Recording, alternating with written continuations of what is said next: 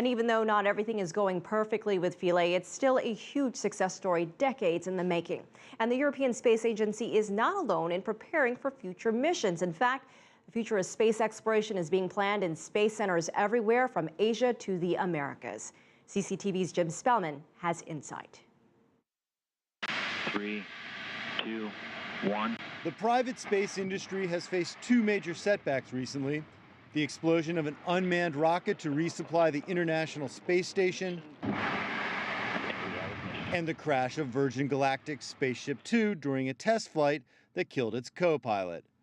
So this week's successful, though rough, touchdown of the European Space Agency's Philae landing probe on a distant comet has proved a needed morale boost for its engineers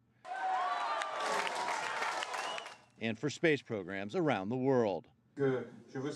I want to hail this victory. It is a victory for Europe. When the space race began in the 1950s, there were two big players, the United States and what was then the USSR. They used rockets to launch satellites, put men in orbit, and ultimately land on the moon.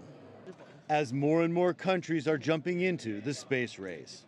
The USSR was first into space, launching the Sputnik satellite in 1957. The U.S. followed just months later. Now, dozens of countries, including China, can put objects into orbit on their own. More still can put objects into orbit through membership in the European Space Agency. Last week, China's unmanned spacecraft, the Philae, or Little Flyer, completed an 8-day mission orbiting the moon and returning to Earth. This is the first time that a Chinese orbiter's camera has captured an image of the Earth and Moon together in its lunar orbit during the transfer from Moon to Earth. It is the first image of its kind showing both Earth and Moon together. Future missions from China could include manned trips to the Moon or Mars and a permanent space station.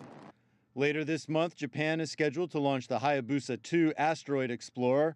And in the next few years, the Indian Space Research Organization will launch probes to Venus and the Moon.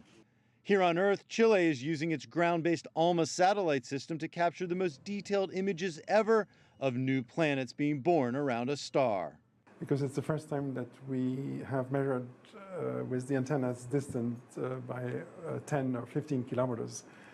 And it's a dream that comes through. I mean, people have thought about it for 20 years, and now we see it.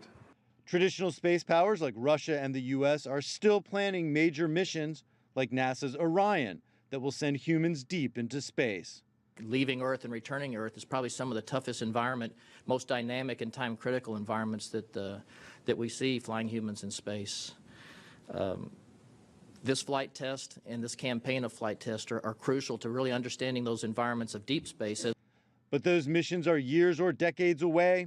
In the meantime, the space race continues from all over the Earth. Jim Spellman, CCTV, Washington.